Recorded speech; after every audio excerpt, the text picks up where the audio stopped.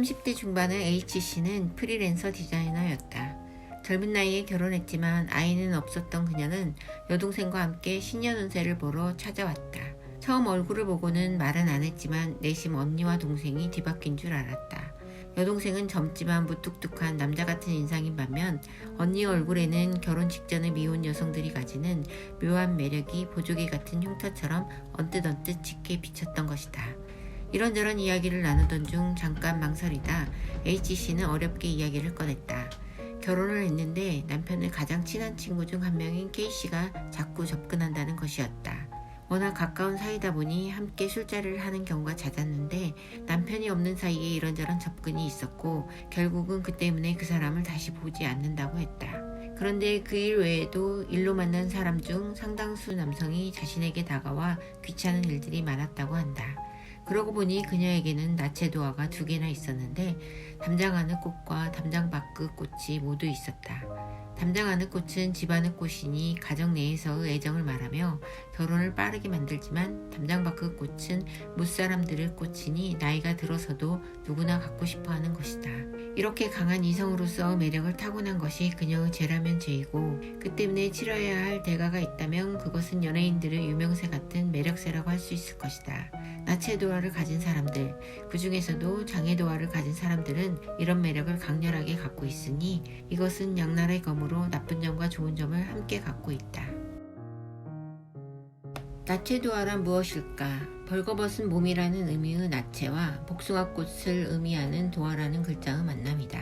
물론 여기서 도화는 복숭아꽃으로 상징된 이성적 매력을 의미한다. 명리학을 잘 모르는 사람이라도 도화살에 대해서는 많이 들어보았을 것이다. 도화살이라는 것은 널리 알려진 바와 같이 사람의 사주 내에 있는 여러 신살 중 이성과 많은 연문을 뿌리는 별을 의미한다.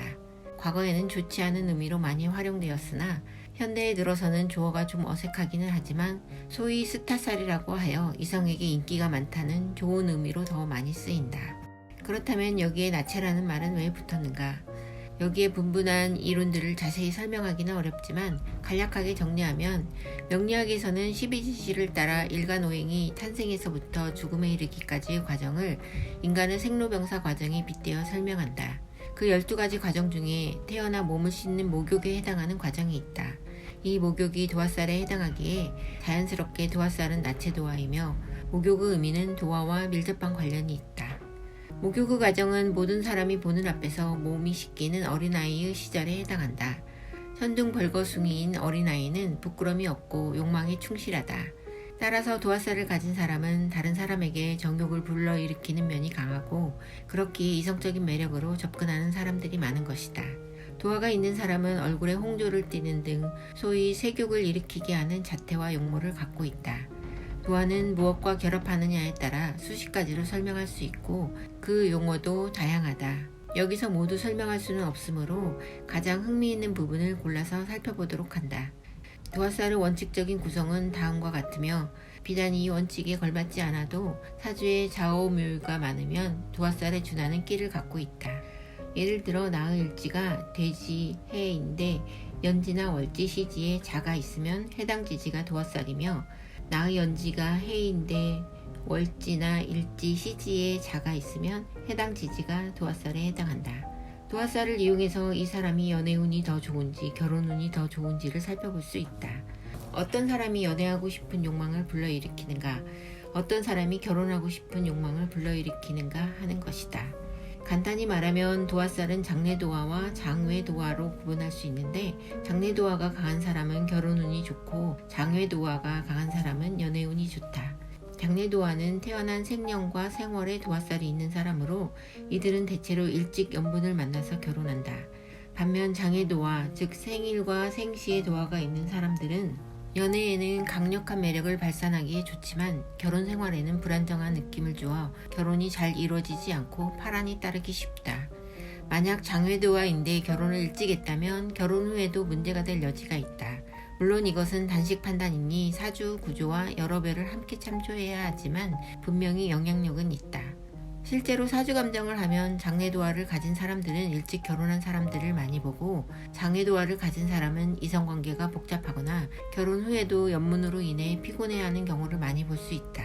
혹은 장래도화는 만혼이라도 결혼하기 전까지 매력을 많이 발산하는 스타일이고, 장애도화는 결혼 이후에도 매력을 발산하는 스타일이다. 장래도화와 장애도화는 어떤 성향을 보이는가? 둘 다 결혼 유무와 상관없이 성적인 매력을 많이 풍기는 사람들이다. 그런데 장래도화를 가진 사람들은 책임감이 강하고 한 사람에게 안착하려는 성향이 강하고 성적인 부분에서 어느 선을 지키려는 힘이 많다. 장래도화는 어른들의 감시하에 나체가 되었으니 성적인 면에서 어른스러운 면모가 있는 것이다. 하지만 장애도화는 성인이 된 후 스스로 나체가 된 셈이니 자유분방한 기질이 더 강한 편이다. 자신이 이러한 기질을 알고 있다면 스스로 어느 정도 조절을 하면 크게 문제될 것은 없다. 만약 독신이나 비혼주의자라면 장애도화는 평생 멋진 연애를 할 수 있는 귀한 별이 될 수도 있는 것이다. 물론 도화를 갖고 있지만 일찍 결혼하고 싶은 사람이라면 거기에 맞춰서 자기 통제를 해야 할 것이니 도화살은 연예인들의 유명세처럼 어쩔 수 없이 감수해야 하는 측면이 있다. 도화를 연애와 결혼의 측면에서만 이야기했는데 고전에도 도화살을 가진 사람은 명주가 총명하고 지혜와 재능이 많은 사람이라고 나와 있다. 그리고 이성적 매력이라는 것도 현대사회에는 무엇보다 훌륭한 자산이 될 수 있고 그것으로 인해 직업적으로 성공할 수 있는 부분도 많다. 자신이 장애도화를 가지고 있다면 고민할 것이 아니라 연예인이나 문화예술 분야와 같은 이성적 매력을 발산하는 것이 유리한 업종에 종사하면 되는 것이다. 그리고 비단 그러한 분야가 아니라고 해도 도화살이 가지고 있는 총명함과 매력으로 어떤 일에서든 남보다 더 앞서 나아갈 수 있다. 운명학에서 도화살은 남들이 부러워할 만한 강점으로 살려낼 수 있는 측면이 매우 많은 별로 현대에 새롭게 주목받고 있다.